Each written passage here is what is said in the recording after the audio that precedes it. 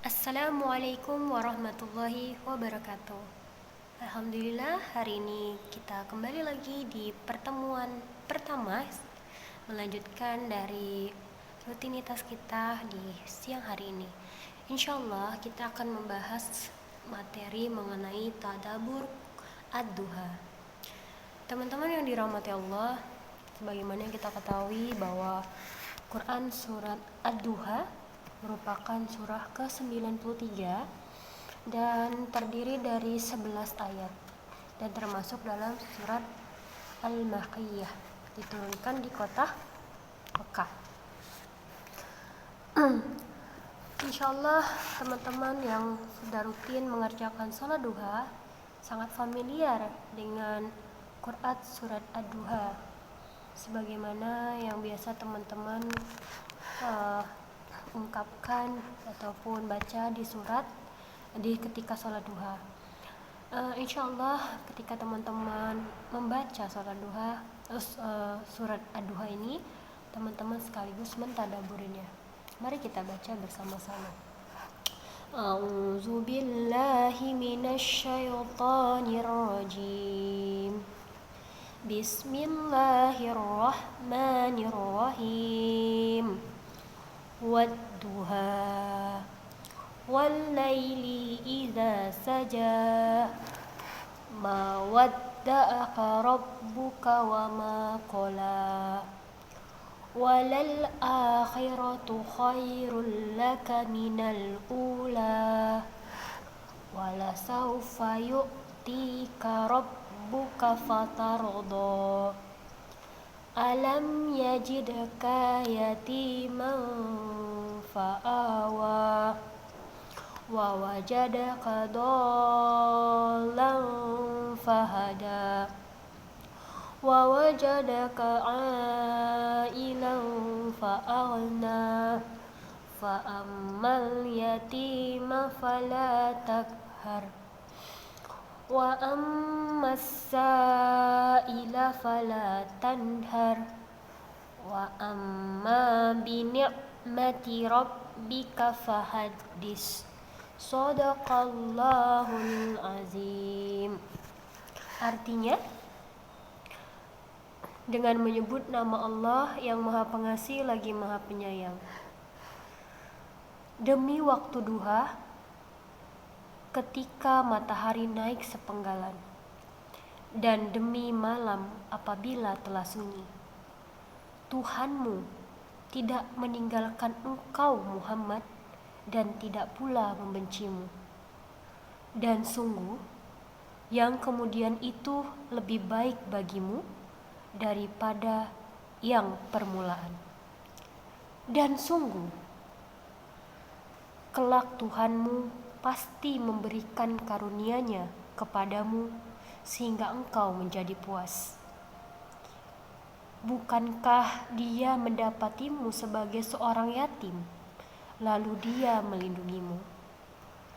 Dan Dia mendapatimu sebagai seorang yang bingung, lalu Dia memberikan petunjuk. Dan Dia mendapatimu sebagai seorang yang kekurangan, lalu Dia memberikan kecukupan. Maka terhadap anak yatim, janganlah engkau berlaku sewenang-wenang. Dan terhadap orang yang meminta-minta, janganlah engkau menghardiknya. Dan terhadap nikmat Tuhanmu, hendaklah engkau nyatakan dengan bersyukur. Maha benar Allah dengan segala firman-Nya. Teman-teman yang insya Allah dalam lindungan Allah Subhanahu wa Ta'ala, sebagaimana yang kita dengarkan barusan, bahwa Quran surat ad-duha ini merupakan jawaban dari kegelisahan pada saat kondisi Nabi Muhammad SAW berada dalam kegelisahan. Lalu pertanyaan yang menjadi kegelisahan tersebut dijawab oleh Allah dalam surat ad-duha ini, bahwa Allah mengatakan sesungguhnya yang poin ke ayat ketiga dulu ya teman-teman.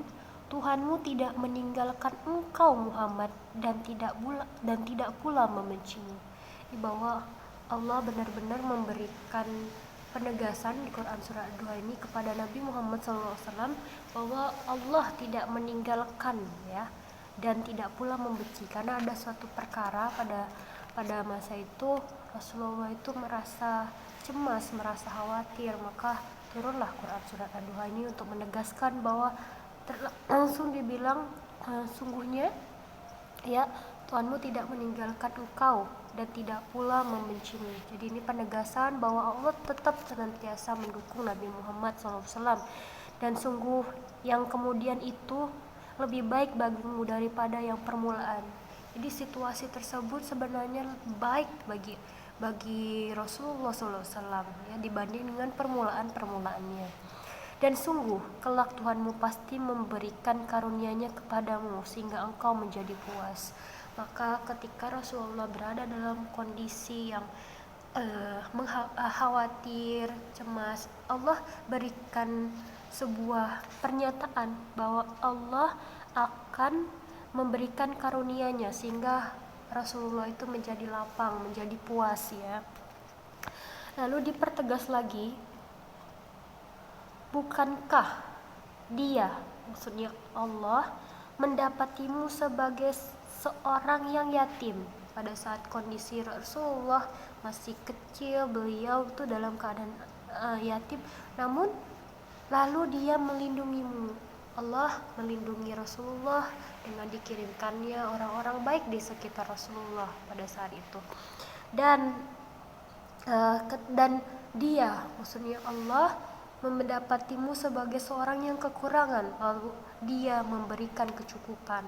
Nah, teman-teman, di ayat ke-8 ini menjadi doa juga ya untuk kita yang mengamalkan sholat duha, bahwa baik sekali membaca Quran surah Ad-Duha ini, karena di situ ada poin ayat ke-8 menjelaskan bahwa ketika seseorang itu berada dalam kekurangan, khususnya pada masa Rasulullah berada dalam kekurangan, maka Allah memberikan kecukupan ya.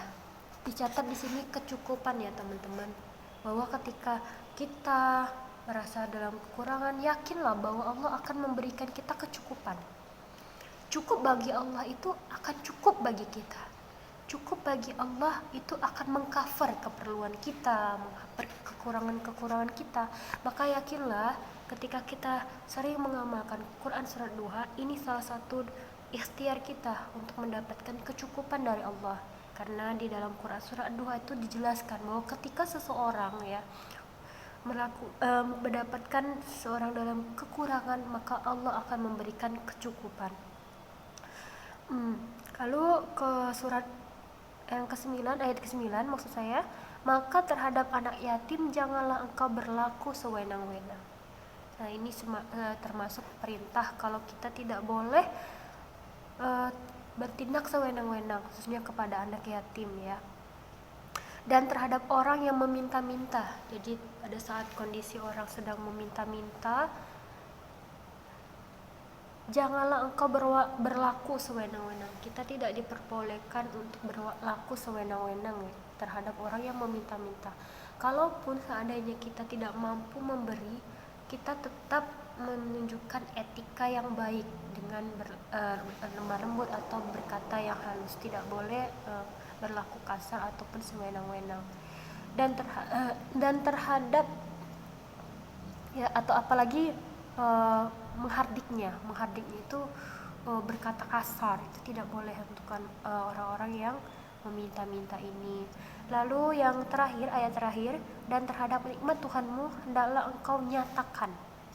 Terhadap nikmat Tuhan tadi yang sudah diberikan, nyatakan dengan bersyukur ya, dinyatakan itu dengan bersyukur baik lisan maupun dalam bentuk perbuatan.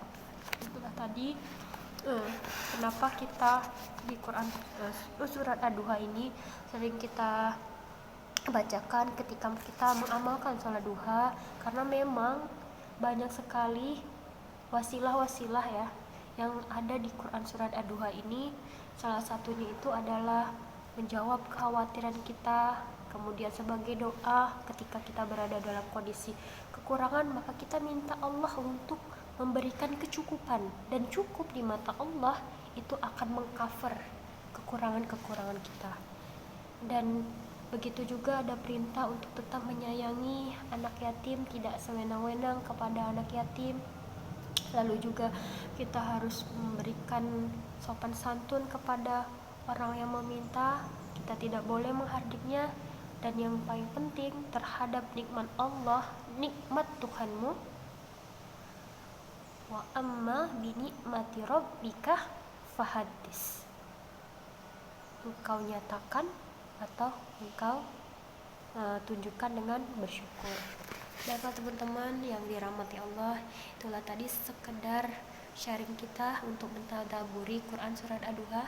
Mudah-mudahan teman-teman mendapatkan banyak kebaikan dengan mengamalkan Quran Surat Ad-Duha ini, khususnya teman-teman baca di saat teman-teman melaksanakan sholat duha ataupun ketika teman-teman merasa gelisah.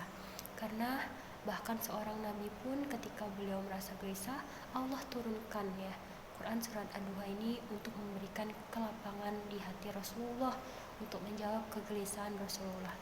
Demikian, mohon maaf apabila terdapat kata-kata yang tidak berkenan kepada Allah, saya mohon ampun, dan yang terbaik hanyalah dari Allah, datangnya dari Allah. Billahi taufiq wal hidayah. Wassalamualaikum warahmatullahi wabarakatuh. Sampai ketemu di tadabbur surat selanjutnya, insyaallah.